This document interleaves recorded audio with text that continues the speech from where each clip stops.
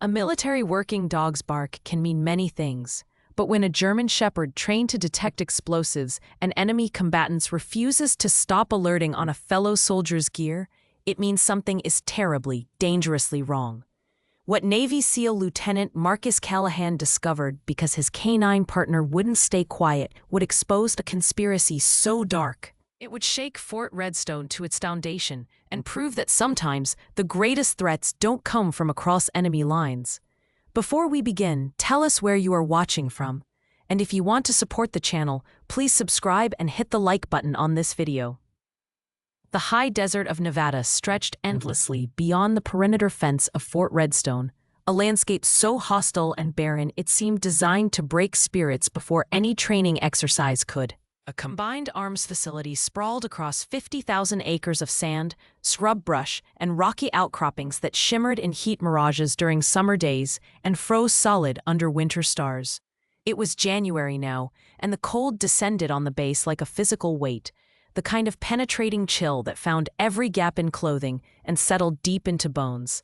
Wind howled across the training ranges with nothing to stop it, carrying dust that got into everything. Equipment, food, lungs. The sky hung vast and indifferent overhead, pale blue fading to white at the horizons, punctuated only by the occasional contrail from jets conducting exercises somewhere in the restricted airspace above.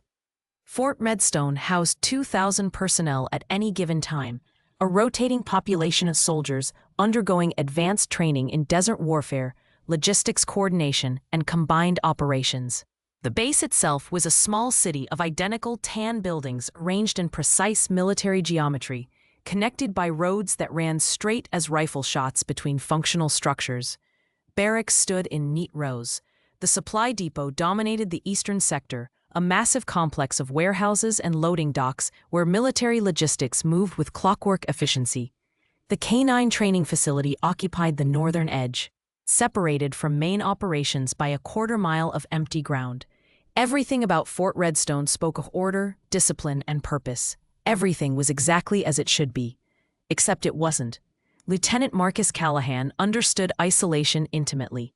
At 34, with 12 years as a Navy SEAL and 3 combat deployments carved into his memory like scars, he had chosen this assignment precisely because Fort Redstone offered distance from everything. He stood 6 feet 2 inches of lean, hardened muscle, 210 pounds of economy and purpose.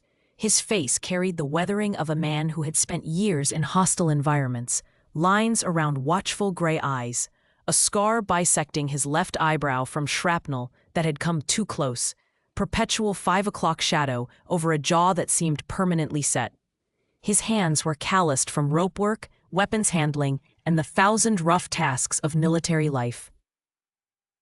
When he moved, there was no wasted motion, no unnecessary flourish. Every action served a function. People who didn't know better sometimes mistook his stillness for relaxation. People who knew better recognized a coiled spring. He had requested this training assignment 4 months ago, after his last deployment ended in ways that still interrupted his sleep. Fort Redstone meant structure without combat, purpose without firefights, distance from decisions that haunted him. The K-9 training program needed experienced handlers to rotate through, working with military working dogs and their new partners. Mac, everyone called him Mac, the nickname following him since basic training, had worked with K-9 units in Afghanistan. He understood the language of military working dogs, respected their capabilities, trusted their instincts more than he trusted most people. The assignment was supposed to be simple: train, evaluate, process, heal, then return to his team. 4 had changed everything about that plan. The German Shepherd weighed 95 pounds of muscle, intelligence, and intensity, wrapped in a tan and black coat that seemed designed for desert operations. 5 years old, combat-proven in 2 deployments, 4 possessed the focused aggression and unwavering loyalty that made military working dogs different from every pet that shared their species. His right ear carried a torn edge from an engagement in Helmand Province where he had taken down an insurgent who had gotten too close to his handler. That handler had died 3 months later in an IED strike. Thor had survived, been returned stateside, and entered a limbo of evaluation and reassignment that stretched months while trainers tried to determine if his combat trauma made him unsuitable for continued service. Mac had been assigned to evaluate Thor 6 weeks ago. The connection had been immediate and absolute. Thor responded to Mac's commands with the precision of a weapon system. More than that, the dog seemed to understand Mac's silences, his need for space, his moments when the past pressed too close. They ran the training ranges together in the frozen pre-dawn darkness, Thor ranging ahead with nose to ground and ear swiveling. Mac following with the comfortable alertness of a man who had learned to see threats before they materialized. They ate together, Mac sharing portions of his meals, while Thor watched him with amber eyes that held something beyond simple animal intelligence. They slept in the same quarters, Thor curled on a mat beside Mac's bunk, both of them startling awake at similar sounds, both understanding nightmares without need for explanation. Thor was not a pet, he was a partner. He was a weapon. He was the only living thing Mac trusted completely. The morning of January 15th started like every other. Mac woke at 0500 to the sound of wind battering the canine facility's metal roof. Thor was already awake, sitting at attention beside the door, waiting. Mac pulled on running gear, clipped Thor's lead, and they moved out into darkness that tasted of dust and cold. They ran 5 miles through the empty base. Past darkened barracks and silent supply buildings, their breath forming clouds that dissipated instantly in the wind. Thor loped beside him with effortless endurance, occasionally ranging ahead when Mac released the lead, always returning to heel position without command. By 0630, they were back at the facility, Mac showering while Thor waited, then both eating breakfast in the small office that served as Mac's temporary home. The training schedule called for supply inspection drills at 0800. Standard procedure. Canine teams would sweep through designated supply containers, checking for contraband, explosives, or anything else that shouldn't be present in military logistics. It was routine work, the kind of repetitive training that kept dogs sharp and handlers familiar with their partner's alert behaviors.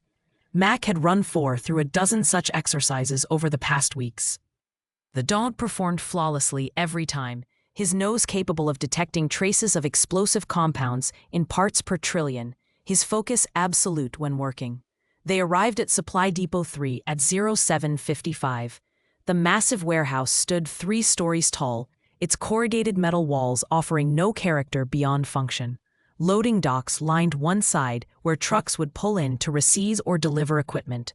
Inside, rows of containers and pallets stretched into shadows under harsh fluorescent lighting. The air smelled of cardboard, machine oil, and the distinctive military scent of canvas and preservative. A dozen soldiers moved through morning routines, checking manifests, operating forklifts, preparing for another day of the endless logistics that kept military operations functioning. Master Sergeant Victor Cross stood near the main entrance, arms crossed over a chest that seemed designed to intimidate. 6 feet 4 inches, 240 pounds, Cross looked like someone had carved a human form from violence and hostility. His face carried the flat affect of a man who had stopped pretending to feel no normal human emotions years ago. Scars marked his knuckles, not the random scars of accidents, but the regular patterns of someone who had hit people repeatedly enough to damage his own hands. His eyes held nothing, no warmth, no humor, no recognition of other humans as anything beyond obstacles or tools. He ran security for the supply depot, a position that gave him authority over who entered and left, what got inspected and what didn't. Mac had encountered men like Cross before. They existed in every military organization, individuals who had found ways to channel violent impulses into sanctioned roles, who mistook cruelty for strength. Most washed out eventually. Some found dark corners where their nature could flourish unexamined. Cross had apparently found his corner. The morning's inspection focused on personal tactical packs awaiting shipment to training units overseas. 23 packs lined up on a long table, each stuffed with standard gear. Mac would run Thor past each one, the dog checking for anything unusual. Simple, routine, over in 20 minutes. Thor alerted on pack number 17. The behavior was wrong from the first second. Thor's entire body went rigid, 3 feet from the tactical pack, his forward momentum stopping so abruptly that Mac's hand tightened on the lead purely from trained reflex. The dog's ears swiveled forward, locked on target. His nose worked the air in rapid inhalations, processing scent information with an intensity Mac had only seen in combat situations. Then Thor sat, the formal alert position that meant detection. But his eyes never left the pack, and a low whine built in his throat that had nothing to do with standard training behavior. Mac moved closer, his own senses sharpening in response to Thor's reaction. The pack looked identical to the other 22, standard-issue tactical gear in desert tan, stuffed with equipment tagged for shipment. Nothing visually distinguished it, but Thor's nose operated in a sensory dimension humans couldn't access, detecting molecular traces invisible to every other form of inspection. "Clear the pack," Mac said, his voice carrying the flat command tone that expected immediate compliance. Master Sergeant Cross moved forward instead of back. "That's my personal gear, Lieutenant, scheduled for tomorrow's transport." Mac glanced up. Cross stood too close, using his size as an intimidation tool. It was an amateur move, the kind of thing that worked on people who could be physically threatened. Mac had been threatened by Taliban fighters with automatic weapons and suicide vests. An oversized sergeant with authority issues didn't register. "Dog alerted, pack gets inspected, standard protocol." Mac kept his attention on Thor, whose whine had escalated to a barely audible growl. The dog's focus remained absolute, every line of his body screaming that something in that pack required immediate attention. "Dog's wrong," Cross said. "Happens with these combat animals. They get damaged, see threats that aren't there." Mac's hand found Thor's shoulder, feeling the tremor of controlled aggression running through the animal. Wrong interpretation. Thor wasn't showing combat stress symptoms. This was targeted detection behavior, the response to finding exactly what he had been trained to find. Except Thor was trained for explosives, and something about this alert felt different, more urgent, more personal, as if the dog was reacting to something beyond his training parameters. "Step back, Sergeant," Mac said, the command sharper now. "The pack will be inspected." Cross didn't move, his dead eyes fixed on Mac with calculation that went beyond territorial authority. "You're overstepping, Lieutenant. This facility isn't SEAL territory. You follow my protocols here." The confrontation drew attention. Other soldiers slowed their work, watching the scene develop with the uncomfortable awareness of personnel caught between conflicting authorities. A forklift's engine died into silence. Conversation stopped. The warehouse developed the hollow acoustics of a space holding its breath. Mac stood, his movement economical and deliberate. He matched Cross's height close enough that size became irrelevant. But where the sergeant projected blunt force, Mac carried something more dangerous, the absolute confidence of a man trained to win fights against multiple opponents in environments designed to kill him. His voice dropped to conversational volume, the kind of quiet that somehow carried further than shouting. "Thor alerted on your pack. Either you open it now, or I do. Either way, the pack gets inspected. You can choose whether this stays routine or becomes an incident requiring your commanding officer." The implicit threat landed. Cross's jaw tightened, the only crack in his flat affect. For 3 seconds, the confrontation balanced on an edge, the potential for physical violence hanging in the cold warehouse air. Then Cross stepped back, his movement abrupt and graceless. "Fine, waste your time. Dogs chasing ghosts." Mac knelt beside the pack. Thor pressed against his leg, still locked in alert posture. The dog's breathing came rapid and shallow. Mac worked the pack's fasteners, methodically removing contents and laying them on the table.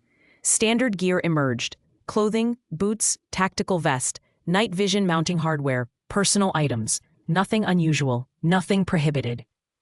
20 minutes of inspection revealed absolutely nothing that explained Thor's reaction. Except Thor wouldn't break alert. Even with the pack empty and its contents spread across the table, the dog remained rigid, focused, insistent. His nose kept returning to the pack itself, specifically to the main compartment's lining. Mac ran his hands along the interior fabric, feeling for irregularities. His fingers, trained through years of searching hostile structures for hidden weapons and explosives, detected something his eyes had missed: a slight thickness variation, barely perceptible, along the bottom seam. He pulled a folding knife from his pocket and carefully opened the seam's stitching. A hidden compartment, no more than 2 inches deep, had been professionally sewn into the pack's lining. Inside, Mac found 4 items that transformed routine inspection into something that made his combat instincts flare hot and immediate. A burnophone, the kind purchased with cash and discarded after use. 3 photographs, printed on regular paper, showing young women, late teens or early 20s, in what looked like identification photos, their eyes carrying the hollow look of people who had stopped expecting rescue. Dark stains on fabric that looked disturbingly like dried blood, and a child's hair ribbon, pink and white striped, the kind a little girl might wear to school. Mac's hand closed around the items, his mind racing through implications and threat assessments with the speed of someone trained to make life-or-death decisions in fractions of seconds. These items didn't belong in any legitimate military context. They suggested something dark operating beneath Fort Redstone's surface of order and discipline. He stood, turning to face Cross with the evidence in his palm. "Explain these." Cross's expression didn't change, but something shifted behind his eyes, calculation turning to active threat assessment. "Never seen them. Someone planted that. In your personal pack, in a hidden compartment sewn into the lining. I'm telling you it's planted. You're being set up, Lieutenant, or I am. Either way, those aren't mine." The denial was smooth, practiced, but Thor's continuous alert told a different story. The dog knew something about this pack, these items, this man. His training covered explosives, but his instincts went deeper. Military working dogs developed threat recognition that transcended specific training, learning to identify danger in all its forms. Mac's thumb moved across his radio, keying the channel that connected to the K9 facility's operations desk. "This is Callahan. I need command presence at Supply Depot 3. Now." Cross shifted his weight, a barely perceptible movement that Mac's peripheral vision caught and categorized as pre-aggression positioning. "You're making a serious mistake, Lieutenant. Those items are planted evidence. When this gets investigated, your career burns. Then we'll let the investigation sort it out," Mac said, his voice flat and final. The warehouse's atmosphere thickened with tension. Soldiers had stopped pretending to work, watching openly now. 2 of them, both wearing security detail insignia matching Cross's, moved closer with casual positioning that wasn't casual at all. Thor's growl became audible, a low rumble that promised violence if his partner faced threat. Movement at the warehouse entrance pulled attention. A woman in medical officer's uniform entered, her stride purposeful despite obvious exhaustion shadowing her features. Captain Sarah Chen, base medical officer, stood 5 feet 4 inches of compressed competence and intelligence. At 31, she carried the bearing of someone who had learned to command authority in environments that didn't naturally grant it. Her eyes swept the scene, lingered on Cross, then found Mac with an expression that mixed recognition and something that looked disturbingly like relief. Behind her, moving with the careful steps of someone trying to remain invisible, came a young woman in supply clerk uniform. Early 20s, thin in a way that suggested weight lost through stress rather than intention, with eyes that kept moving in the hypervigilant pattern Mac recognized from trauma victims. Her hands trembled slightly before she locked them behind her back in a parade rest position that was more hiding mechanism than military bearing. Chen approached Mac directly, ignoring Cross with pointed deliberateness. "Lieutenant Callahan, I need to speak with you, privately. It's urgent." Mac glanced at the young clerk, whose entire posture screamed silent desperation. Her gaze fixed on the items in his hand, specifically on the pink and white hair ribbon, and her face drained to the color of ash. "About what, Captain?" Mac had asked, though his instincts were already connecting threads he didn't want to see forming. "About why that dog won't stop alerting," Chen said quietly, "and about why Corporal Diana Reeves hasn't seen her 4-year-old daughter in 3 days. The world narrowed to 3 points of absolute clarity: the hair ribbon in Mac's hand, the young corporal whose eyes had locked onto it with the kind of recognition that bypassed rational thought and went straight to primal maternal terror, and Master Sergeant Cross, whose dead eyes had developed a calculating quality that made Mac's combat instincts scream warnings about imminent violence. Mac's thumb moved across his radio again. "Belay that last order. Captain Chen, Corporal Reeves, and myself are relocating to the K9 facility. Sergeant Cross, you're confined to this depot pending investigation. Anyone who interferes answers to me personally. Cross's voice came low and flat. You have no authority to confine me, Lieutenant. Then test that theory. Mac's hand dropped to Four's collar, feeling the coiled tension in the dog's muscles. Come find out what happens when you do. The threat hung explicit in the cold warehouse air. Cross had size and backup from the 2 security personnel flanking him at distance, but Mac had killed men in close-quarters combat more times than he cared to count. And something in his stillness, the absolute economy of a weapon waiting to be deployed, communicated that mathematics in a language older than ranks and regulations. Violence was always an option. Mac had simply learned to deploy it with precision rather than passion. Chen moved first, her hand finding Corporal Reeves's elbow with gentle insistence. Come on, we're leaving. The walk to the canine facility took 8 minutes across frozen ground that crunched under their boots. Mac led, Thor at heel position, but continuously glancing back toward the supply depot, his tactical awareness extending to the humans following his partner. Chen and Reeves walked behind, the captain maintaining steadying contact with the younger woman whose breathing had gone shallow and rapid. No one spoke during the transit. Speech required a baseline of normalcy that had evaporated the moment Mac opened that hidden compartment. The canine facility offered sanctuary that had nothing to do with its security features and everything to do with distance from whatever network operated in that warehouse. Mac's temporary quarters occupied a converted storage space attached to the main training building. Spartan accommodations that held a military cot, footlocker, small desk, and nothing that indicated personality or permanence. A space for someone passing through. Someone who didn't intend to leave marks. He directed Chen and Reeves to the 2 chairs, taking position leaning against the desk where he could watch both the door and his guests. Thor settled at his feet, tension finally easing from the dog's posture now that his partner had removed them from immediate threat. The items from Cross's pack sat on the desk behind Mac. He didn't need to look at them. They were burned into his awareness like shell casings on a battlefield. Start talking, Mac said, his voice carrying command that expected compliance. Everything, now. Corporal Diana Reeves looked at Captain Chen, who nodded encouragement. When the young woman finally spoke, her voice came threadbare and trembling, but refusing to break completely. Her name is Emma. She's 4. I'm a single mother. I enlisted because I needed the stability. The benefits, something to build a future on. Reeves's hands twisted together in her lap. I work supply logistics, just a clerk. Nothing important. 3 weeks ago I was doing inventory in Warehouse 7, the one they keep locked most of the time. I went to the wrong section by mistake, got turned around. I saw containers being opened. I saw women inside those containers, young women, terrified, being moved by soldiers I recognized.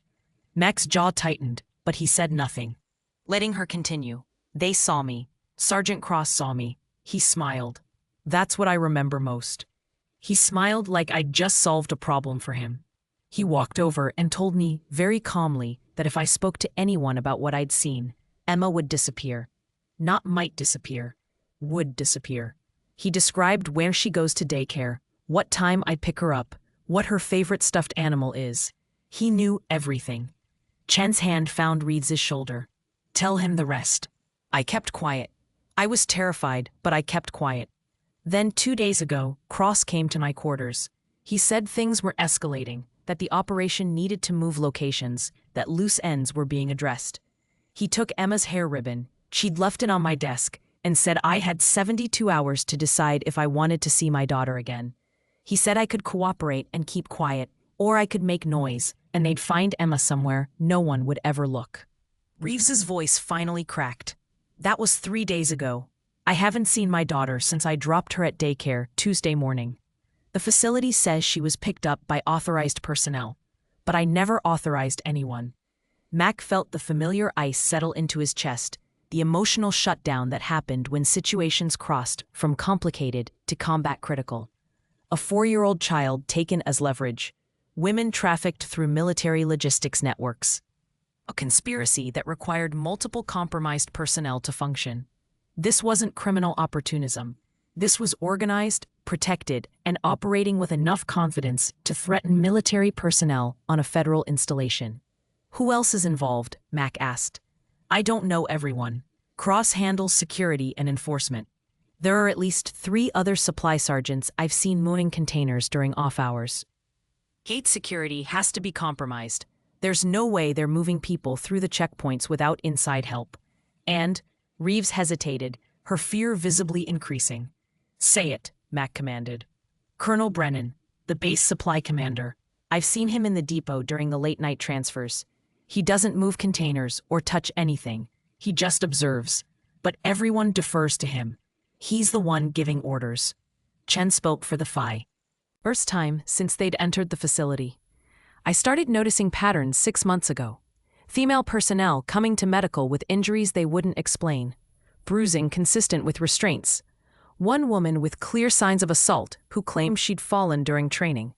I documented everything, kept records, but I had no proof of anything beyond injuries that could be explained away. When I tried asking questions, I was warned by my commanding officer to focus on medical treatment, not criminal investigation. The warning came 2 hours after I'd submitted my concerns through official channels. Someone is monitoring internal communications. Mac processed the information with tactical efficiency. A trafficking network operating through military supply chains. A child held hostage to ensure silence.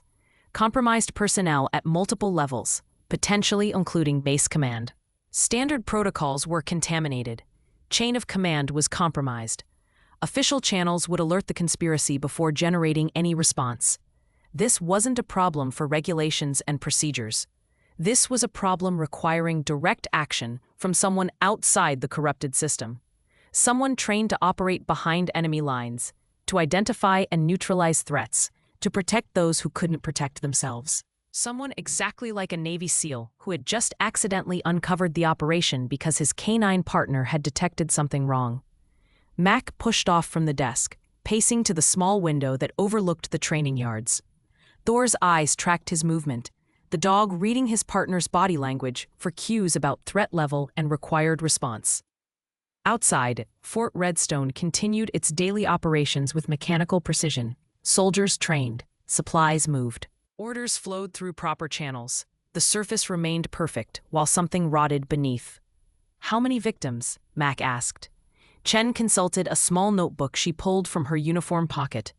Based on medical records I've accessed carefully, at least 15 women in the past 18 months showed injury patterns consistent with captivity and assault. God knows how many others were moved through without leaving traces. Deaths? I can confirm 2, officially listed as training accidents. Unofficially, the injuries didn't match the accident descriptions. There may be more. Body disposal is easier in 50,000 acres of desert training ranges than anyone wants to admit. Mac turned back to face the 2 women. Where's Emma now? I don't know, Reeves whispered. Cross wouldn't tell me. He just said she was somewhere safe as long as I stayed quiet. Somewhere I'd never find her without his help. Thor's head lifted, ears swiveling toward the door, 3 seconds before Mac heard the approaching footsteps. The dog's posture shifted into alert readiness, recognizing the gait pattern before the visitor appeared. A moment later, knuckles rapped against the doorframe in the distinctive pattern of someone announcing their presence rather than demanding entry. Mac, you in there? It's Gunny.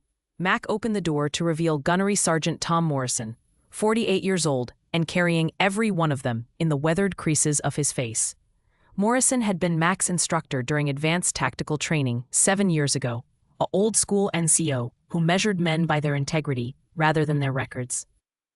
His presence at Fort Redstone was supposed to be his final assignment before retirement, a quiet post where he could pass knowledge to younger personnel without the intensity of combat operations.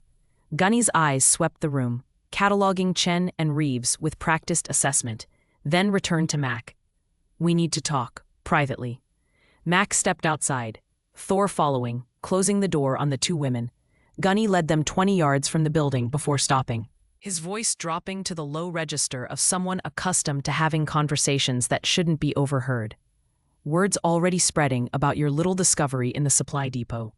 Cross is making noise about planted evidence and SEAL overreach, but I've been watching that son of a bitch for months, watching the whole rotten network, and I couldn't prove anything. You just kicked over a hornet's nest that goes higher than you think." "How high?" Mac asked. Colonel Brennan is running it, using his position to coordinate trafficking through military logistics. They've been operating 18 months, maybe longer. I started noticing irregularities in supply manifests 8 months ago. Containers with weights that didn't match contents, shipments that bypassed normal inspection protocols, transfers happening during hours when oversight was minimal. I couldn't prove anything concrete, but I knew something was wrong. Every time I asked questions, I got stonewalled or warned off. "Why didn't you go up the chain?" Gunny's laugh came bitter. "I tried. Got transferred to the K9 facility as punishment. They couldn't drum me out without cause, but they could sideline me. Make sure I understood that being right without proof just made me a problem." He fixed Mac with a look that carried decades of military service. "But you've got proof now. You've got evidence, witnesses, and most importantly, you've got training they don't know how to counter. They're used to intimidating clerks and manipulating bureaucracy. They've never dealt with someone who operates the way you do." Mac felt the weight of decision settling on his shoulders with familiar pressure. Not his fight, not his mission, not his responsibility. Except a 4-year-old girl was being held hostage somewhere on this base. Women were being trafficked through military infrastructure. And the corruption reached high enough that official channels were compromised. Someone had to act. Someone trained to operate in hostile territory, to extract innocence from enemy control, to neutralize threats with precision and overwhelming force. Someone who had a canine partner capable of finding hidden things in places humans couldn't search effectively. Mac looked down at Thor, who looked back with amber eyes that held absolute trust and readiness. Whatever his partner decided, wherever that decision led, the dog would follow. No hesitation, no doubt. Just loyalty extending beyond death if necessary. They picked the wrong person to terrorize. Producing a tablet loaded with months of carefully documented observations, supply manifests with irregularities highlighted, personnel movement patterns during suspicious timeframes, photographs taken discreetly of containers being moved during off hours. The old NCO had been building a case in isolation, lacking only the concrete evidence and operational capability to act on it. Chen contributed medical records she had maintained in violation of privacy protocols, her Hippocratic instincts overriding regulations when those regulations protected predators. 15 women with injury patterns consistent with restraint and assault. 2 deaths officially classified as training accidents, but bearing forensic inconsistencies. Timestamps that correlated with Gunny's observations of unusual supply movements. Corporal Reeves provided the insider perspective of someone who worked daily in the logistics system, explaining which warehouses stayed locked, which personnel had access to restricted areas, where security cameras had convenient blind spots. Her voice remained unsteady, but her information came precise and detailed. Maternal desperation, sharpening her memory to crystalline clarity. Max synthesized the information with the tactical efficiency of someone trained to build operational pictures from fragmentary intelligence. The conspiracy's structure emerged like a target package being assembled. Colonel Richard Brennan commanded the entire operation, using his position as base supply commander to coordinate trafficking through military logistics networks. Contain. VS arrived from outside sources, were staged at Fort Redstone under cover of legitimate military shipments, then redistributed through the Southwest using military transportation that bypassed civilian customs and law enforcement oversight. Master Sergeant Cross handled security and enforcement, controlling gate access and ensuring that anyone who noticed irregularities either stayed quiet or disappeared. At least 5 supply sergeants participated in the physical movement of containers and victims. 2 communications officers monitored internal channels, alerting leadership to any developing threats. Gate security personnel on specific shifts were compromised, allowing unmarked vehicles through checkpoints without proper documentation.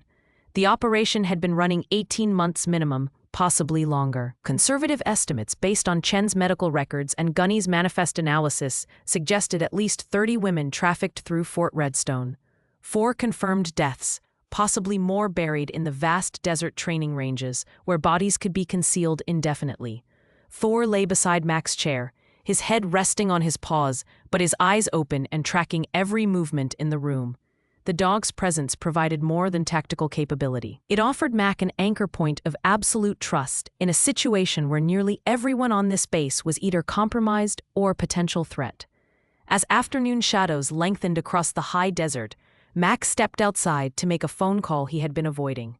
His encrypted satellite phone connected through channels that bypassed Fort Redstone's communications infrastructure entirely, routing through SEAL command networks designed for operations in denied territory. The voice that answered after 2 rings carried the distinctive growl of someone Mac had served under for 6 years. Commander Wade Hartley speaking. "Commander, it's Callahan. I need to report a situation." Mac spent 12 minutes laying out the conspiracy in the economical language of operational briefings. Evidence discovered, witnesses secured, network structure identified, command compromise confirmed, child hostage requiring immediate extraction. He provided names, rents, timestamps, and enough corroborating detail that Hartley's silence on the other end carried the weight of a superior officer processing information that would trigger federal response. "Christ, Mac, you stumbled into a genuine conspiracy." Hartley's voice shifted registers, moving from casual to command frequency. "This requires FBI involvement, human trafficking, UCMJ violations, corruption of military logistics. This is multi-agency jurisdiction." "Understood, sir. But the child is being held somewhere on this base. Every hour we spend coordinating federal response is another hour she's in enemy hands. These people have already killed to protect their operation. A 4-year-old witness becomes a liability they can't afford to keep alive once they realize the conspiracy is exposed." Silence stretched across the encrypted connection. Mac could hear Hartley weighing operational necessity against protocol, balancing the lives at immediate risk against the proper procedures for handling federal crimes. It was the kind of calculation that defined leadership, choosing between right answers that contradicted each other. "What do you need?" Hartley finally asked.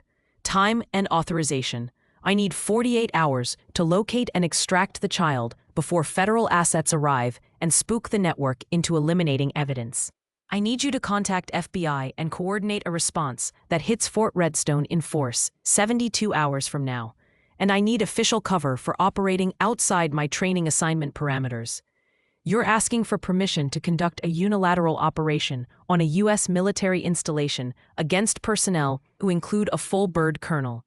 I'm asking for permission to protect a hostage using skills I was trained to employ in exactly these circumstances, sir. The enemy happens to wear the same uniform. That doesn't change the mission parameters." Another pause, shorter this time. "You're cleared for independent action to locate and secure the hostage. Minimum force necessary. Avoid casualties where possible. Document everything. I'll coordinate with FBI for a raid 72 hours from now. Gives you time to work while building the federal case.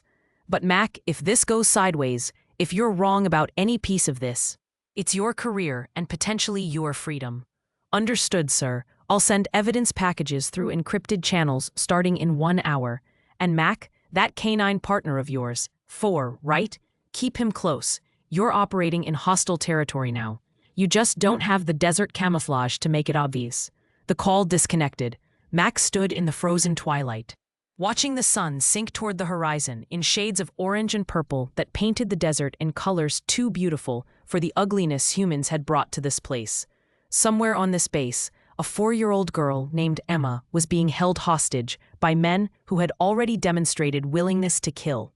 Every instinct Mac possessed screamed urgency, the need to act immediately, to find her now before the conspiracy realized how thoroughly they'd been exposed. But operations required intelligence. Successful extractions depended on knowing where the target was held, what security measures protected it, what response forces could intervene. Charging forward on emotion got hostages killed and operators captured. Mac had learned that lesson in blood across 3 deployments. He returned to his quarters, where 3 faces turned toward him with expressions mixing hope and desperation. "We have 48 hours before federal assets arrive. That gives us time to find Emma and gather evidence while the network still thinks they're secure. After that, FBI hits this base with enough force to arrest everyone involved." 48 hours, Reeves repeated, her voice breaking on the time frame. "She's 4 years old. She's been alone for 3 days already." Mac met her eyes with the flat certainty of someone who had made promises in worse circumstances and kept them. I will find your daughter. That's not optimism or hope. That's a guarantee. But I need you to trust me and follow instructions exactly. Can you do that? Reeves nodded, her hands finally steadying as fear transformed into something more useful, purpose-directed by someone who radiated absolute competence. Gunny. I need detailed layouts of every warehouse on this base, particularly the ones that stay locked. Focus on facilities with isolated sections, minimal foot traffic, and access controlled by Cross's people. Chen, I need medical records set to federal contacts through channels that bypass base communications. Include autopsy reports on those training deaths. Reeves, you continue normal duties. Act terrified, you won't have to fake that. If anyone asks about this morning's incident, you saw nothing and know nothing. Make them think their intimidation still works. What are you doing? Chen asked. Thor and I are going hunting. Mac's hand dropped to the dog's head, fingers finding the familiar texture of the German Shepherd's coat. They've been using military supply infrastructure to move victims. That means scent trails, contaminated containers, and locations where women have been held long enough to leave traces. Thor can find things humans miss. We're going to walk this entire depot complex until he alerts on something. And when he does, we follow that trail until it leads to Emma. Gunny pulled up a digital map on his tablet, highlighting structures in red. These 5 warehouses have unusual access patterns. They're listed as long-term storage for equipment awaiting redistribution. But the manifests don't match the activity levels. I've seen personnel entering and leaving at odd hours, always the same core group. If I were hiding something on this base, I'd use one of these. Max studied the map, his tactical mind categorizing approaches, sightlines, security measures, and extraction routes. Thor sensed the shift in his partner's focus, rising to alert position. With ears forward and muscles tensed for action, we start after dark, Max said. Full operational protocols. Anyone who interferes gets treated as hostile. No warnings, no second chances. A child's life is the only priority that matters. As night fell across Fort Redstone, the temperature plummeted toward freezing, and wind howled across the base with the keening sound of something hungry. Inside the canine facility, Mac prepared his gear with ritualistic precision: tactical vest, encrypted radio, night vision equipment, weapons he wasn't officially authorized to carry on a training assignment, but had never stopped carrying regardless. Thor watched each item being readied, his intelligence processing the significance of preparation he'd seen countless times before combat operations. Meanwhile, across the base, in an office decorated with commendations and photographs of a distinguished military career, Colonel Richard Brennan sat behind his desk and listened to Master Sergeant Cross deliver his report with growing fury that remained hidden behind a facade of calm professionalism. The SEAL found the compartment. He has the phone, the photographs, all of it. Captain Chen and Corporal Reeves are with him now. They're talking. Brennan's fingers drummed once against his desk's polished surface, the only external sign of internal calculation. At 52 years old, with 28 years of military service, he had built an empire of corruption hidden inside legitimate command authority. He had moved millions of dollars through trafficking networks, had watched dozens of women processed like inventory, had ordered deaths with the same casual efficiency he ordered supply requisitions. His rank and reputation had made him untouchable, until a Navy SEAL with a dog that wouldn't stop barking had torn open the carefully constructed facade. The child, Brennan said quietly. Where is she? Warehouse 7, Section D, sedated and secure. Kill her. Tonight, dispose of the body where it won't be found. Then burn Warehouse 7 and make it look like an electrical fire. Eliminate the evidence. And the SEAL? Brennan's cold eyes fixed on Cross with reptilian patience. Lieutenant Callahan is about to suffer a tragic training accident. So is his dog. So is anyone he's been talking to. This base has 50,000 acres of desert where bodies disappear. We've used it before. We'll use it again. By dawn tomorrow, this problem no longer exists. The attack came at 2200 hours, precisely when Mac had calculated it would. The conspiracy had limited options once their operation was exposed. Eliminate threats immediately, or risk federal intervention they couldn't control. Brennan would choose violence. Men who trafficked women and murdered witnesses didn't suddenly develop restraint when cornered. Mack had prepared accordingly. He had moved Chen and Reeves to a storage room in the canine facility's interior, a windowless space with one reinforced door and sightlines he could control. Gunny Morrison held position on the facility's roof with night vision equipment and a radio, serving as early warning for approaching threats.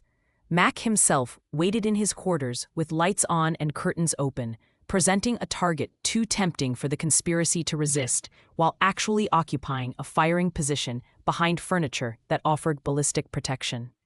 Thor lay beside him in darkness, invisible from outside, but with perfect view of the doorway. The dog's breathing had slowed to the combat-ready rhythm Mack recognized from operations. That state of relaxed alertness where explosive action could deploy in milliseconds without telegraphing intent. Gunny's voice crackled across the encrypted radio at 21:55. Movement. 5 personnel approaching from the supply depot, cross-leading, all armed, tactical formation, 200 meters and closing. Confirmed, Mack whispered into his radio. Hold position. No engagement unless I give the order. He watched through night vision as 5 figures approached the canine facility with the coordinated movement of people who had conducted similar operations before. Not professional military tactics. Their spacing was wrong, their movement patterns predictable, but competent enough for intimidation and murder of unsuspecting victims. They had probably used these same formations to eliminate previous threats. Bodies buried in the desert where investigation would never find them. Tonight, they were hunting a Navy SEAL who had been preparing ambushes since before some of them had enlisted. Cross reached the door first, testing it and finding it unlocked. Amateur mistake. Locked doors suggested defended positions, while unlocked doors implied occupants who didn't expect trouble. The 5 men entered in rapid sequence, weapons raised, moving through the small space toward the lit quarters where Mack supposedly sat unaware. They found the quarters empty except for clothing arranged on furniture to suggest human presence from outside. By the time tactical awareness caught up with reality, Mack had moved from his actual position in the shadowed corner, Thor flowing forward like a launched missile toward the nearest target. The German Shepherd hit the trailing man with 95 pounds of momentum and aggression, jaws closing on the gun arm with crushing force that dropped the weapon and elicited a scream that shattered the night's silence. Mack moved simultaneously, closing distance on Cross, with economy of motion that gave the sergeant no time to track the threat. A knee strike collapsed Cross's firing grip, followed by an elbow to the temple that sent the bigger man crashing into the wall with consciousness flickering.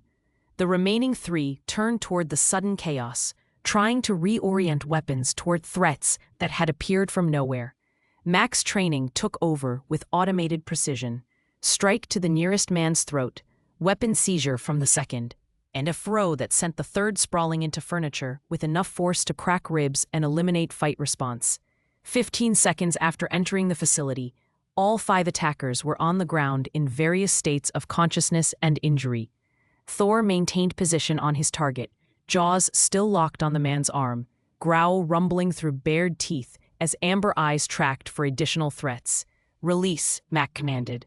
Thor's jaws opened immediately, the dog moving to heel position while keeping visual contact with all down threats. Mack keyed his radio. Gunny, we're secure. Get down here. Chen, Reeves, stay in the secure room until I give all clear. The next 10 minutes involved restraining the 5 men with zip ties, collecting weapons, and conducting tactical questioning that involved Mack's boot on Cross's chest and voice dropped to the conversational tone that somehow carried more menace than shouting. Where's the girl? Cross's dead eyes stared up with calculation even in defeat. You're finished, Lieutenant. You just assaulted 5 military personnel. Self-defense won't protect you. Mack increased pressure on the sergeant's chest, feeling ribs flex under his weight. I asked a simple question. Where is Emma Reeves? Go to hell.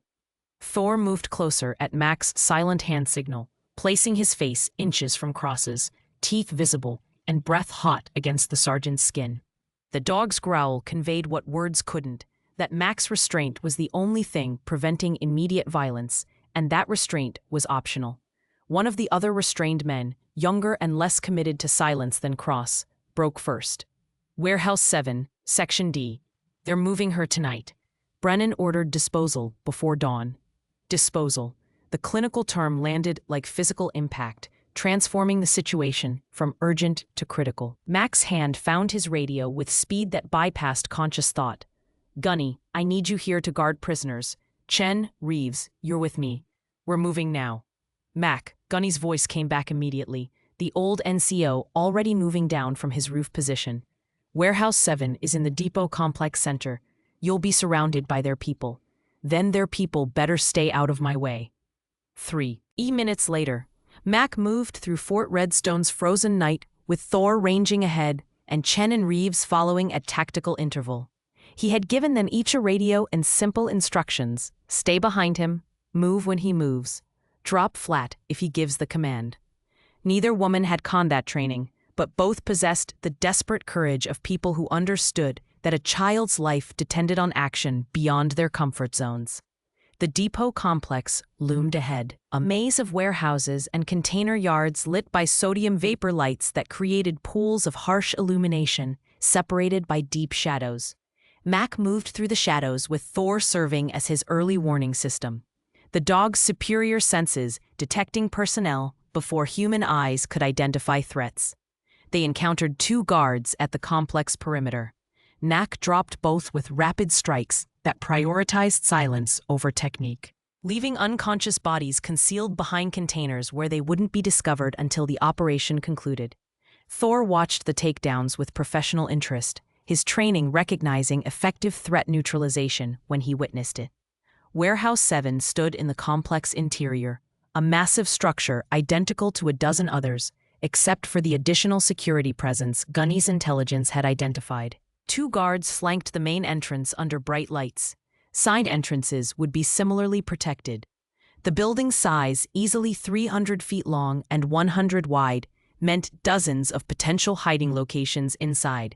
Finding one 4-year-old child in that maze while hostile forces converged would be nearly impossible for humans operating on vision alone.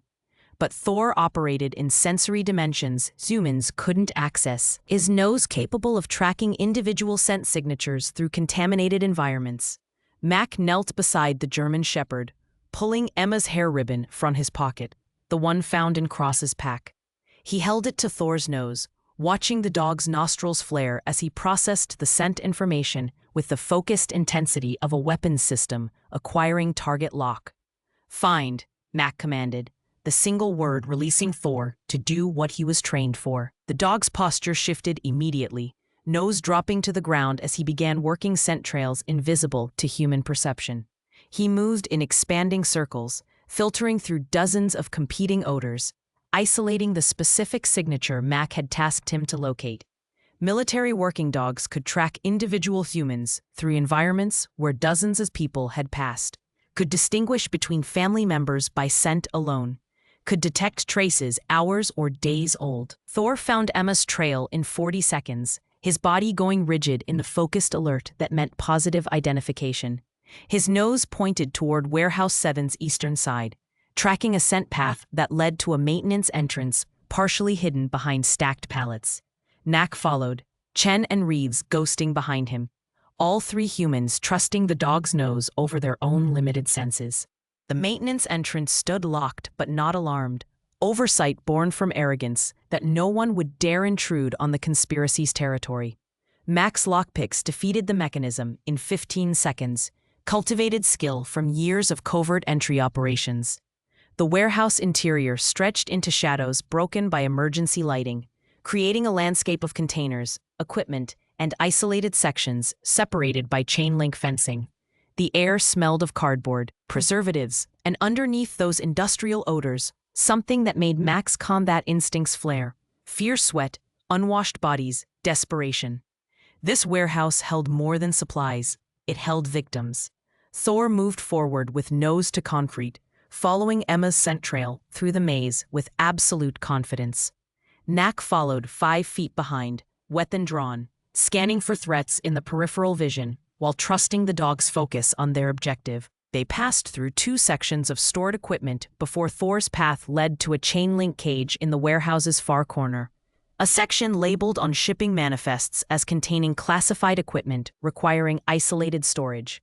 Inside the cage, barely visible in the dim emergency lighting, Mac saw a small form on a cot, unmoving, covered with a thin blanket. Even from 20 feet away, he could see the rise and fall of breathing, shallow but present, alive, still alive. Thor's alert intensified, every line of his body focused on that cage, confirming what Mac's eyes were seeing. Anna Reeves, 4 years old, sedated and held prisoner by men who had already ordered her death. Mac moved toward the cage with Reeves suddenly beside him, maternal instinct overriding tactical discipline. Chen caught her arm, holding her back with strength born from understanding that rushing forward could trigger alarms or traps. Mac appreciated the doctor's presence of mind even as he approached the cage, checking for security measures before working the lock. The cage door swung open on hinges that needed oil, the squeal of metal echoing through the warehouse, with volume that felt catastrophic in the operational silence. Mac froze, listening for response, for approaching footsteps, for any indication they'd been detected. His ears swiveled, tracking sounds beyond human hearing. Then his head turned sharply toward the warehouse's main floor. The growl that emerged from his throat carried a warning Mac understood instantly. Company was coming. Multiple hostiles, converging on their position. Mac grabbed Emma from the cot, feeling the small body's limpness from whatever sedatives they'd used to keep her quiet. Her breathing remained steady, unconscious, not dying, but deeply under and vulnerable. He turned to Reeves, transferring the child to her mother's arms with commands delivered in rapid-fire whispers. Take her. Chen, get them to the maintenance exit. Move fast, but quiet. Radio me when you're clear of the building. Thor and I will hold here and delay anyone following. Go, now. Reeves clutched her daughter with tears streaming silently down her face, but she moved when Chen pulled her. Both women retreating toward the exit with the protective urgency of people who understood that speed meant survival. Mac took position behind a container stack with Thor beside him, both of them watching the main warehouse floor where lights were coming on in sequence, illuminating a response force that had detected intrusion and was converging to eliminate it. Mac counted 7 armed men spreading through the space in search pattern, their movements suggesting security personnel rather than supply clerks. People with training and willingness to use lethal force. Thor looked up at his partner, amber eyes reflecting emergency lighting, waiting for commands that would tell him what violence was authorized, what targets to engage, what level of force to deploy. Mac's hand settled on the dog's collar, feeling the coiled tension waiting for release. His voice dropped to the whisper frequency that carried only to Thor's acute hearing. Guard, watch, with me. The 7 men spread through the warehouse in a search pattern that revealed training, but not expertise. They moved too predictably, checking obvious hiding spots while bypassing the kind of asymmetric positions a SEAL would naturally occupy. Mac watched them from an elevated catwalk he'd climbed while they were still organizing their sweep. Thor pressed against his leg in absolute silence, both of them invisible in the shadows above the emergency lighting's reach. Chen's voice crackled across the encrypted radio, barely audible. We're clear of the building.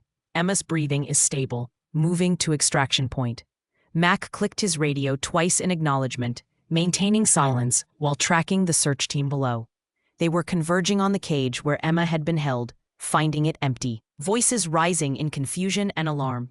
One Nan pulled a radio, reporting to someone, likely Brennan, that the hostage had been taken. The response came loud enough for Mac to hear, even from his elevated position. Colonel Brennan's voice, transmitted through the radio with cold fury that had abandoned any pretense of control. Lock down the depot. No one leaves. Find the SEAL and kill him. Find the child and kill her. Kill anyone who's seen anything. Burn the warehouse and destroy all evidence. Do it now. The search team's body language shifted from confusion to lethal intent. Safeties clicked off weapons. Their sweep pattern tightened, became more aggressive. Men no longer searching for hidden personnel but hunting for targets to eliminate. This had crossed from attempted intimidation into active combat zone. Mac had operated in worse circumstances. Hostile territory with overwhelming enemy numbers was the environment SEALs trained for, where conventional force became liability and unconventional approaches became advantage. 7 men with weapons represented threat. But they were searching a space Mac had already mapped tactically, looking for someone trained to be invisible in hostile environments. He moved along the catwalk with steps that made no sound, Thor following with inherited stealth, both of them relocating to a position directly above the main search group. Knack pulled a flashbang grenade from his tactical vest, unauthorized equipment he'd never stopped carrying despite training assignment parameters, and held it ready while keying his radio. "Gunny, I'm about to make noise. Be ready for company running your direction." "Understood. Prisoners are secure. I'm ready."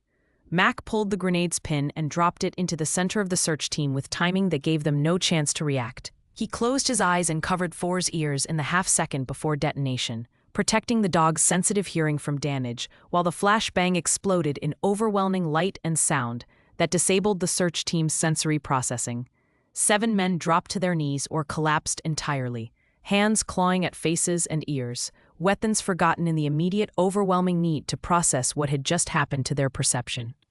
Knack was already moving down a support ladder, Thor descending with him, both hitting the ground while the search team remained disoriented.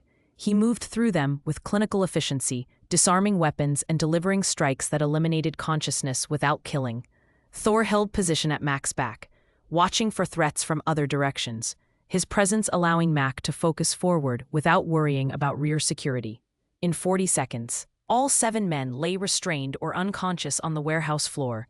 Mac collected their radios, weapons, and identification, photographing everything with his phone for evidence documentation. Then he moved toward the warehouse's main office section, where Brennan's voice had originated from the radio. If the colonel was on site, coordinating the response personally, then this was the opportunity to end the conspiracy's leadership tonight rather than waiting for federal intervention. The office section occupied the warehouse's northeastern corner, a 2-story structure with windows overlooking the main floor.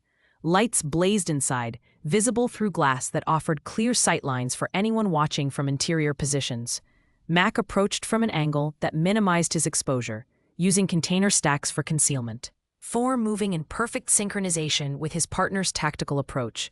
They reached the office section's exterior door to find it locked with electronic keypad, security measure that exceeded standard warehouse requirements and confirmed this space held something worth protecting. Mac bypassed the lock with a universal override device, then exploited common security system vulnerabilities, the door clicking open after 8 seconds of electronic manipulation. The interior corridor stretched empty under fluorescent lighting, doors lining both sides leading to various administrative spaces. Knack moved forward with weapon raised and Thor at heel, both of them flowing through the space with the practiced coordination of operators who had cleared hostile structures together countless times.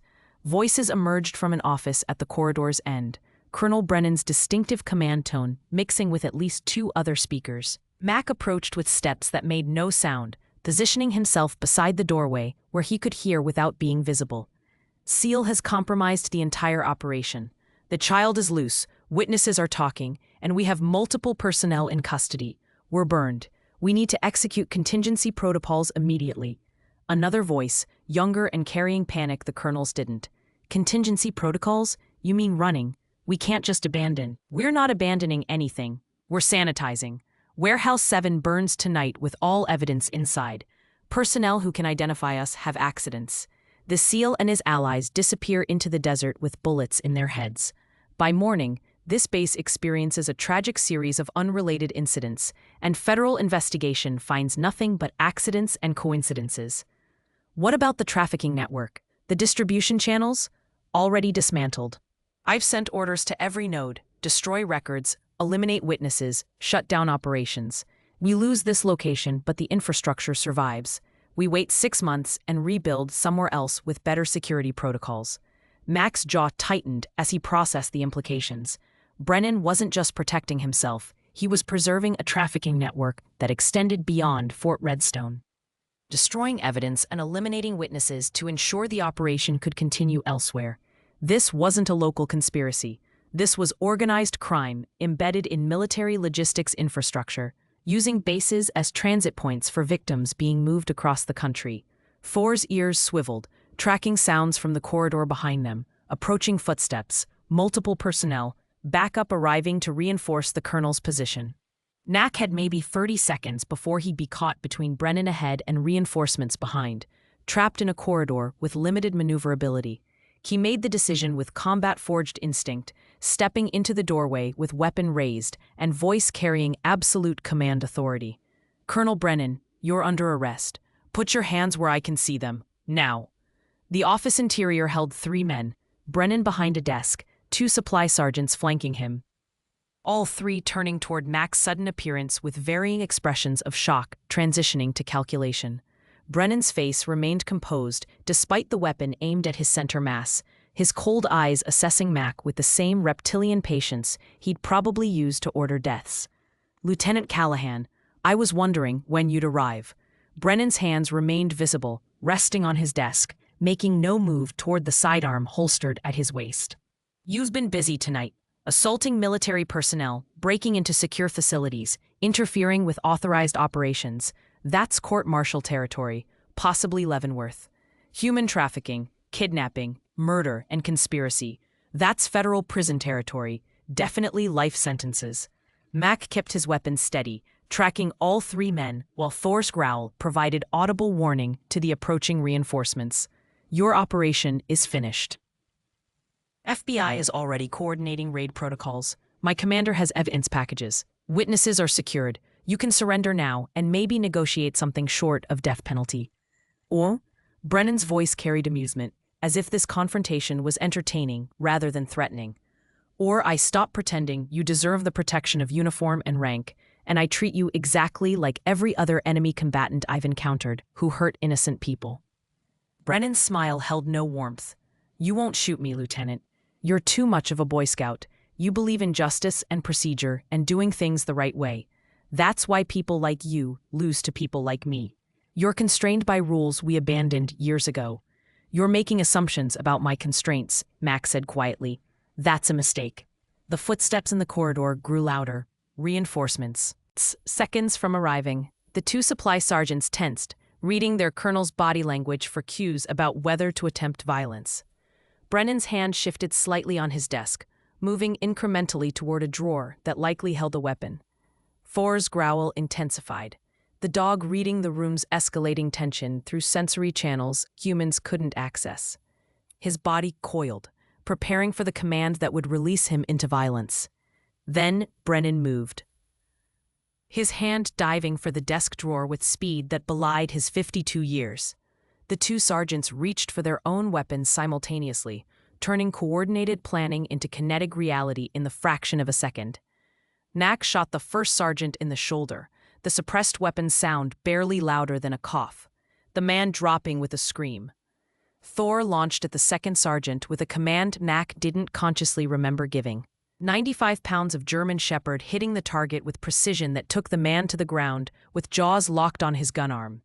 Brennan completed his draw, bringing a handgun up with competent speed that confirmed military training despite decades in administrative positions. But Mac's weapon was already aimed at center mass, his trigger finger holding steady with the absolute control of someone who had made this calculation dozens of times.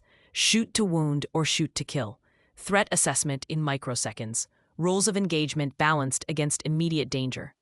"Drop it," Mac commanded, his voice carrying the flat certainty of someone who would absolutely pull the trigger. Brennan hesitated, his weapon half raised, his cold eyes calculating odds that weren't in his favor. Behind Mac, footsteps thundered in the corridor, reinforcements arriving, voices shouting commands and weapons being readied. The situation balanced on a knife edge, Mac trapped between Brennan ahead and unknown numbers behind, seconds from being overwhelmed by superior numbers despite superior training. Then new voices emerged from the corridor, different in tone and authority. "Federal agents, drop your weapons. Everyone on the ground now."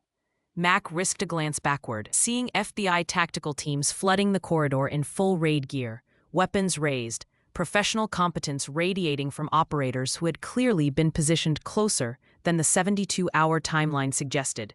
Behind them, Commander Hartley appeared in full Navy dress uniform, his presence lending official authority to the federal intervention.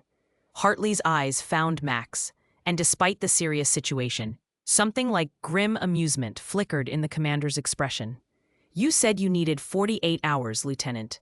I gave you 6 and brought backup." Seemed like the prudent approach given your talent for finding trouble. Brennan's weapon lowered as the reality of overwhelming federal presence penetrated his calculations.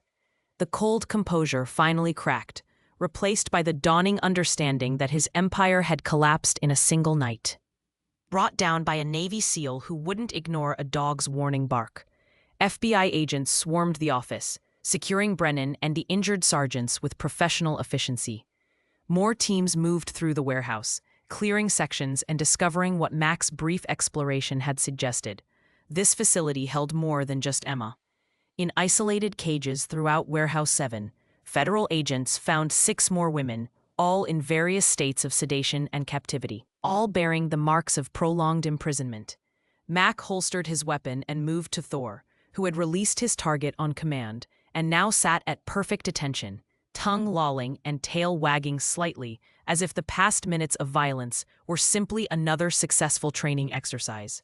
Mac's hand found the dog's head, fingers scratching behind the torn ear, while emotions he usually kept locked down threatened to surface. "Good boy," Mac whispered. "You found her. You found all of them." Commander Hartley approached, his expression shifting from amusement to something more serious. "The FBI has been investigating trafficking networks through military logistics for 8 months. They had suspicions about Fort Redstone, but no concrete evidence and no inside access. When you called, I contacted my FBI liaison. They moved heaven and earth to get tactical teams here tonight instead of waiting. You gave them the opening they needed." "The women," Mac said. "The 6 in the cages. What happens to them?" "Medical evaluation, victim services, witness protection if needed. They're safe now. You made sure of that." Hartley paused, watching FBI agents lead Brennan away in restraints. "You also just exposed a trafficking network that was operating through 4 military installations across 3 states. This is going to be the biggest military corruption case in decades. And it started because your dog wouldn't stop barking at a tactical pack." Mac looked down at Thor, whose amber eyes looked back with the absolute trust and loyalty that had defined their partnership from the first day. The dog hadn't just alerted on explosives or enemy combatants. He had detected something wrong in ways that transcended specific training, his instincts recognizing threat and responding with the intensity that demanded his partner's attention. Sometimes the most sophisticated intelligence came from the simplest source, an animal who understood wrong and refused to ignore it. Dawn broke across Fort Redstone with light that seemed too clean for what the base had hidden in its shadows. Max stood outside the canine facility, Thor at his side, watching SBI tactical teams process the largest crime scene either of them had encountered on domestic soil. Warehouse 7 had transformed into a federal evidence collection operation, agents in protective gear, cataloging containers, photographing spaces, and documenting 18 months of trafficking infrastructure that had operated beneath the facade of military legitimacy. The arrest count had reached 37 by 0600. Colonel Brennan led the list, followed by Master Sergeant Cross and the entire network of supply sergeants, gate security personnel, and communications officers who had enabled the conspiracy. FBI agents were still identifying additional participants as seized phones and computers revealed the operation's full scope. 4 more military installations had been simultaneously raided at 0300, coordinated federal action dismantling a network that had trafficked an estimated 200 women across 3 years. Captain Sarah Chen emerged from the medical facility, where she'd spent the night treating rescued victims, her exhaustion visible in the shadows under her eyes, but her posture carrying satisfaction that transcended physical tiredness. She approached Mac with 2 cups of coffee, offering one while settling beside him on the bench where he'd been watching the sunrise. "Emma's awake," Chen said. "The sedatives are clearing her system. She's asking for her mother. Reeves hasn't left her side since we got her stabilized." Mac accepted the coffee, warmth seeping into hands that had gone numb from cold and adrenaline crash. The other women? 6 from Warehouse 7, all stable, medical trauma consistent with prolonged captivity, but nothing immediately life-threatening. FBI Victim Services has specialists flying in from Quantico. These women are going to need years of support, but they're alive. They're safe. That's because of you and Thor. The German shepherd's ears perked at his name, head turning toward Chen with the polite attention he gave to people his partner trusted. She reached down to scratch behind his torn ear, receiving a tail wag that suggested Thor understood he'd done something worthy of praise. It wasn't just me, Nack said quietly. Gunny Morrison documented everything for months. You kept medical records when you knew it was dangerous. Corporal Reeves found courage to speak despite threats to her daughter. This was teen effort, led by a SEAL who couldn't ignore a dog's warning. Chen sipped her coffee, watching the organized chaos of federal processing. I've been in the NILI. Terry, 8 years. I've seen corruption, witnessed people covering for each other, watched systems fail victims. But I've never seen someone risk everything to protect strangers the way you did last night. Most people would have reported it and let the system handle it. The system was compromised. A 4-year-old couldn't wait for proper channels. Exactly. You saw what needed to be done, and you did it, regardless of career risk or personal safety. That's not common. That's exceptional. Movement at the medical facility drew Mac's attention. Corporal Diana Reeves emerged carrying Emma, the 4-year-old clinging to her mother with the desperate grip of a child who had been separated and found again. Emma's face pressed into Reeves's shoulder, small body wrapped around her mother's torso in a position that suggested she had no intention of letting go anytime soon. Reeves spotted Mac and altered course, approaching with steps that had regained the steadiness fear had stolen. Emma lifted her head as they drew close, wide brown eyes examining Mac and Thor with the solemn assessment children use when meeting strangers who had impacted their lives in ways they didn't fully understand. Lieutenant Callahan, Reeves said, her voice carrying emotional weight that made formal speech difficult. I don't have words adequate for what you did. You saved my daughter's life. You gave me my future back. Thank you doesn't even begin to cover the debt I owe you. Max stood, uncomfortable with gratitude in ways that combat decorations had never made him uncomfortable. You don't owe me anything, Corporal. You showed incredible courage speaking up when speaking up meant risking everything you loved. Your testimony is going to put these people away for life. Emma had been watching Thor with increasing interest.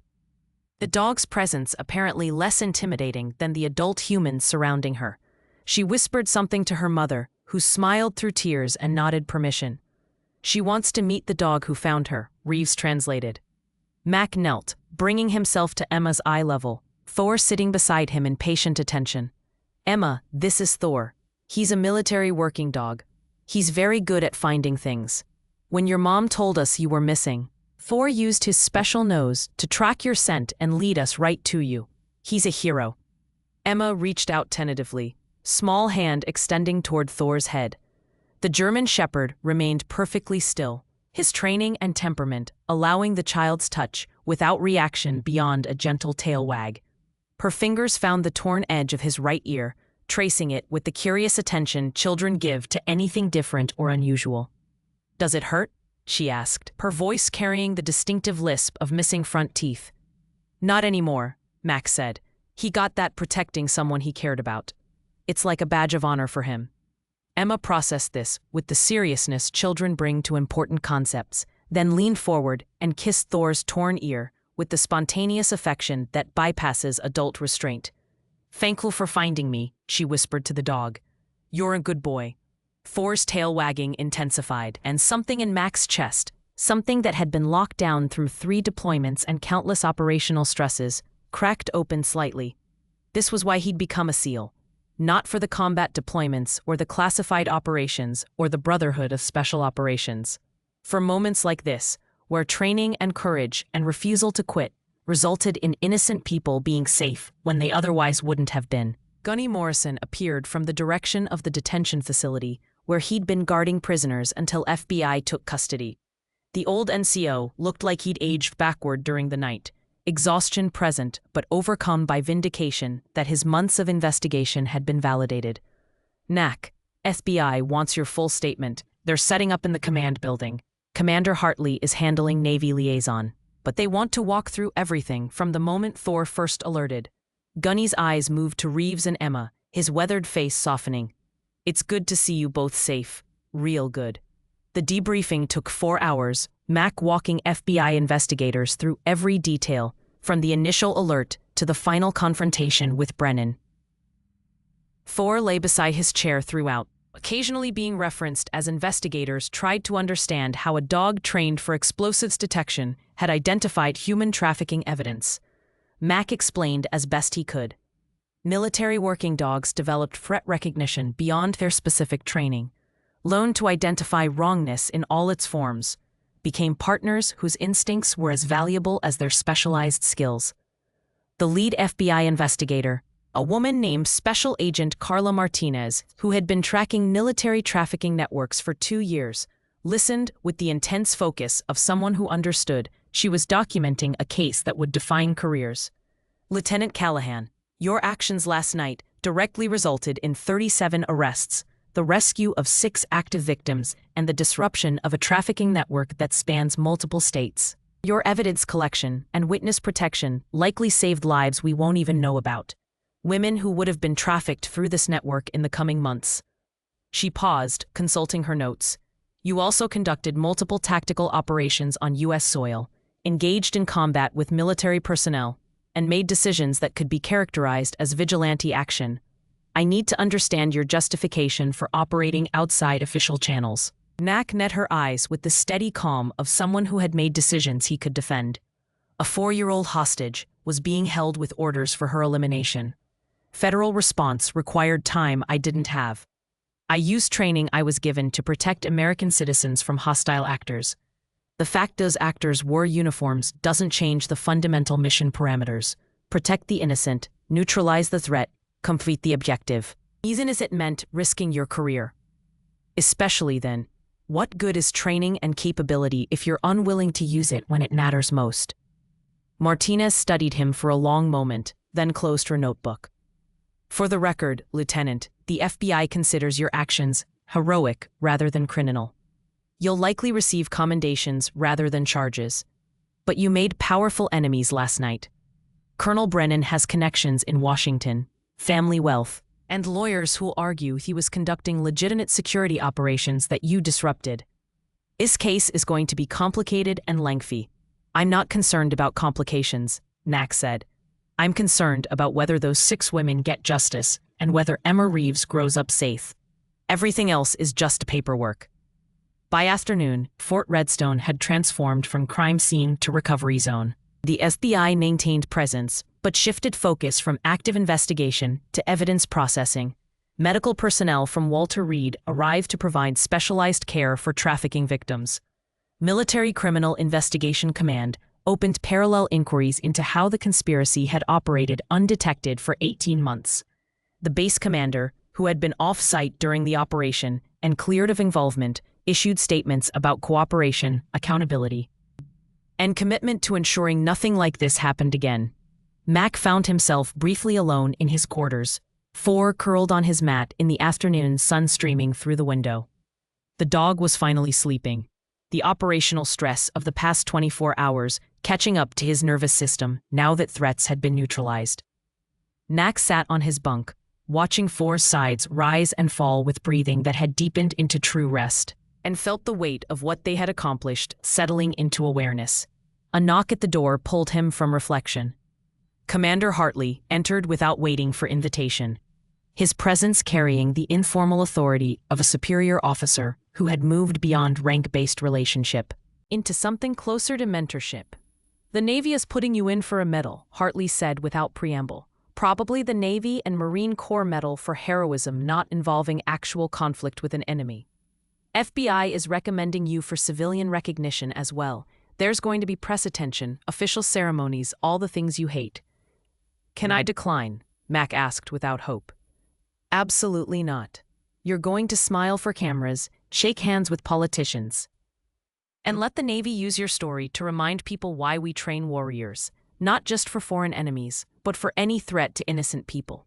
Hartley sat beside him on the bunk, his voice dropping to conversational tones. How are you holding up? Mac considered the question honestly. I'm tired.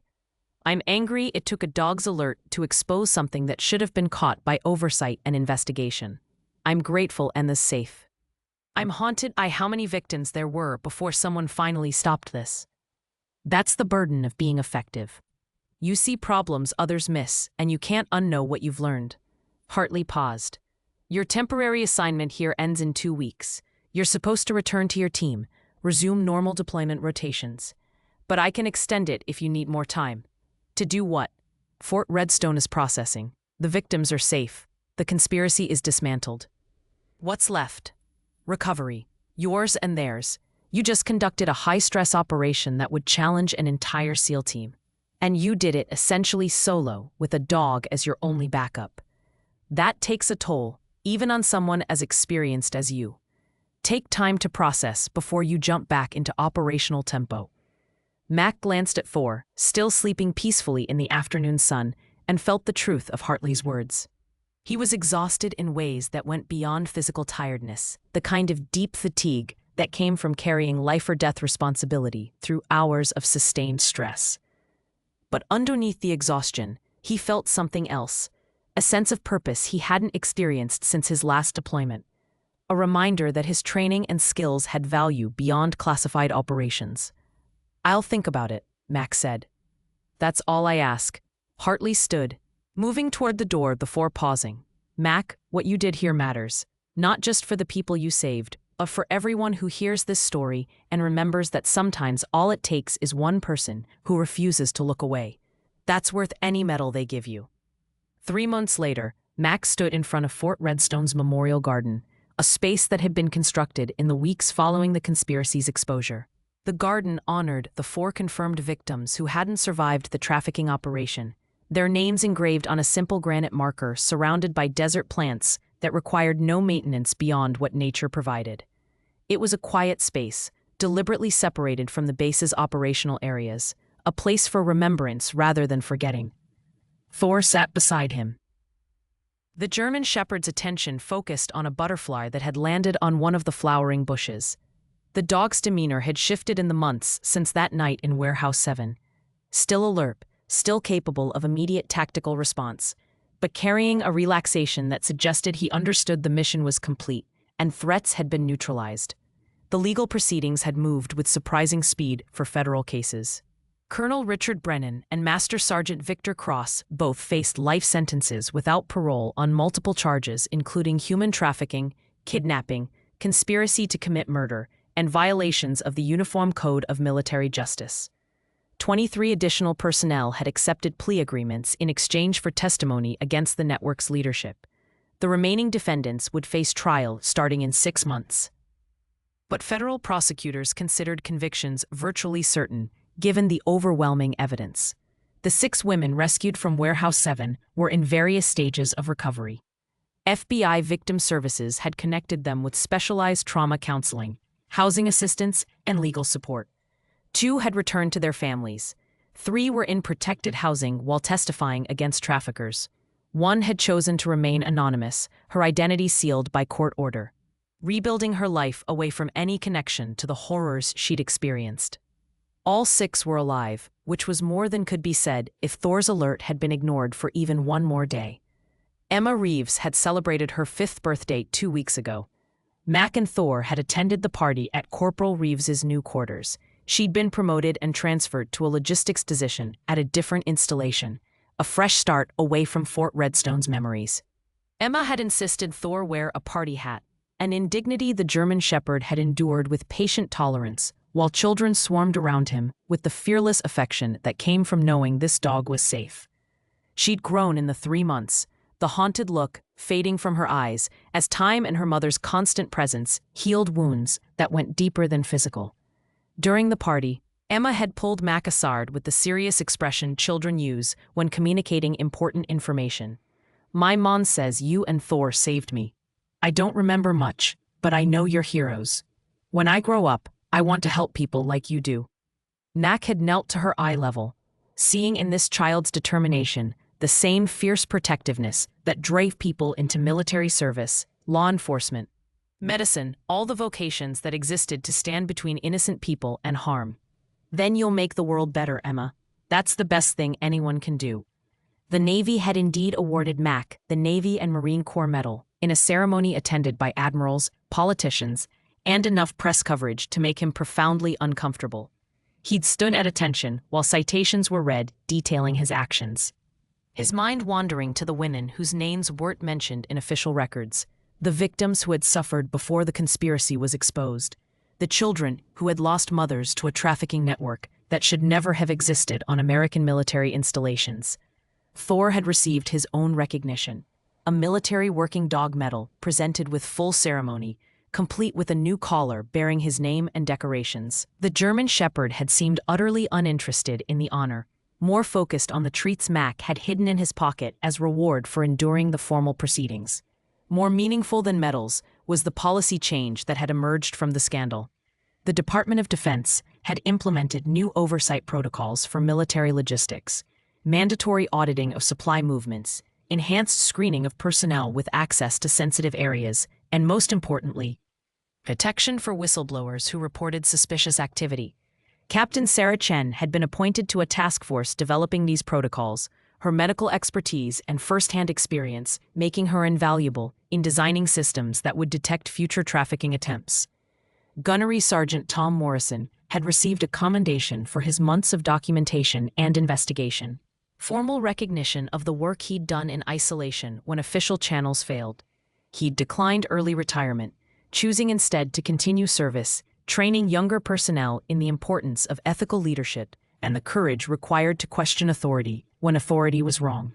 His classes had waiting lists. Mac's temporary assignment at Fort Redstone had ended on schedule, but his return to SEAL Team operations had been delayed by the legal proceedings requiring his testimony. He'd spent the 3 months in a strange limbo, not quite deployed, not quite training, existing in the space between missions while courts processed the largest military trafficking case in decades. His team had been supportive, sending messages of congratulations mixed with the kind of irreverent humor special operations personnel used to acknowledge serious situations without drowning in their weight. But something had shifted during those months. Mac had entered Fort Redstone seeking isolation and distance from combat trauma, looking for space to decompress from deployments that had carved marks into his psyche. He'd left that mindset the moment Thor alerted on Cross's pack, rediscovering that the skills and training that haunted him in peacetime had purpose beyond overseas operations. Protecting people didn't require enemy combatants and foreign battlefields. It required willingness to see injustice and refuse to look away, regardless of personal cost. Commander Hartley had noticed the change, commenting on it during one of their regular check-ins. "You're different since Fort Redstone, more settled, like you've answered a question you didn't know you were asking." Mac had considered the observation before responding. "I think I spent years believing the only valid use of SEAL training was overseas operations, that anything else was wasting capabilities or avoiding real missions. Fort Redstone taught me that protecting Americans at home is just as important as protecting them abroad. Maybe more important because we don't expect threats inside our own installations." "So what's next for you?" Hartley had asked. "Back to team rotations, training assignments, something else?" "I don't know yet, but I know Thor and I work well together. I know there are probably other situations like Fort Redstone, corruption or crime hidden in places no one's looking because we assume military installations are safe.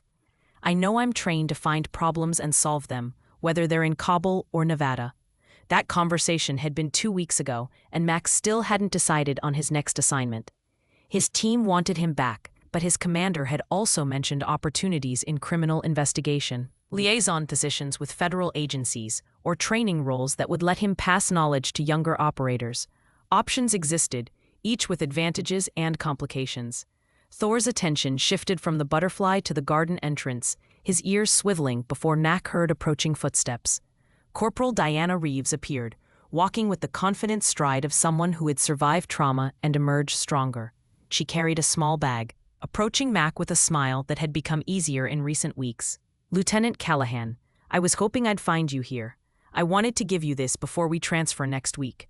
She pulled a frame from the bag, handing it to Mac. "Emma made it. She wanted you to have it." The frame held a child's drawing in crayon, stick figures representing Mac and Thor, surrounded by hearts and stars, with Emma's careful printing spelling out, "Thank you for saving me, across the top. It was the kind of artwork that adorned refrigerators in homes across America, precious to parents and meaningless to anyone else. To Mac, it represented everything his training and sacrifice had been intended to protect. "Tell her I'll treasure it," Mac said, his voice rough with emotions he usually kept contained. "I will. And Lieutenant, Mac, I want you to know that Emma's not the only one you saved.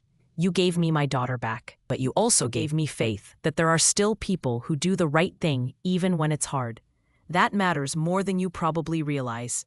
After Reeves departed, Mac remained in the garden with Thor, watching afternoon shadows lengthen across the memorial marker. His encrypted phone buzzed with an incoming message from Commander Hartley.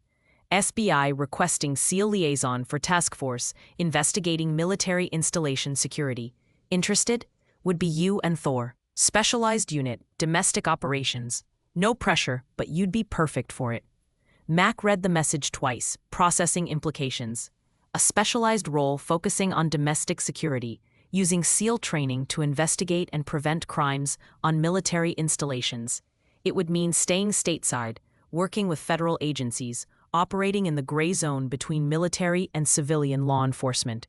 It would also mean using his skills to prevent future Fort Redstones, to find conspiracies before they claimed victims, to protect Americans who served in uniform from threats they didn't expect inside their own bases. He looked down at Thor, who looked back with amber eyes that held absolute trust in whatever his partner decided. The dog didn't care about career trajectories or operational assignments. He cared about having purpose, working with someone he trusted, and occasionally receiving treats for jobs well done. "What do you think? Boy, ready for a new mission?" Thor's tail wagged, which Mac chose to interpret as enthusiastic agreement. He typed his response to Hartley. "Interested. Send details. Thor and I are ready." The sun was setting over Fort Redstone, painting the desert in shades of orange and gold that made the harsh landscape beautiful in ways daylight never revealed. Mac had arrived at this base seeking isolation and peace, looking for distance from combat memories that wouldn't fade. He'd found something different, a reminder that being a warrior wasn't about seeking conflict. It was about standing between innocent people and harm, regardless of where that harm originated. Thor had taught him that lesson by refusing to ignore a warning that training alone couldn't explain. The German Shepherd's instincts had detected something wrong and insisted his partner pay attention, triggering a chain of events that dismantled a conspiracy and saved lives. Sometimes the most important intelligence came from the simplest source, an animal who understood wrongness and refused to accept it. As Mac walked back toward his quarters with Thor at heel, his phone buzzed again with messages from his SEAL team. They'd heard about the FBI liaison position, were expressing opinions ranging from support to mockery, demanding he bring Thor to visit before disappearing into federal bureaucracy. The Brotherhood that had sustained him through deployments was celebrating his decision while simultaneously ensuring he remembered where he came from.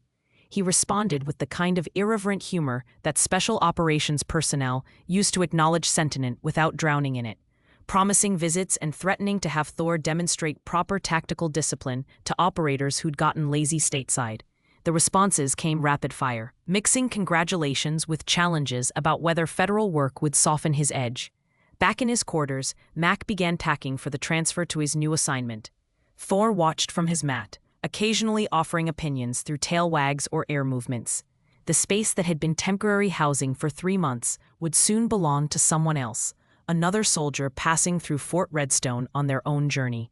But the memories forged here would remain, of a conspiracy exposed, lives saved, and justice delivered by a SEAL who listened when his dog insisted something was wrong.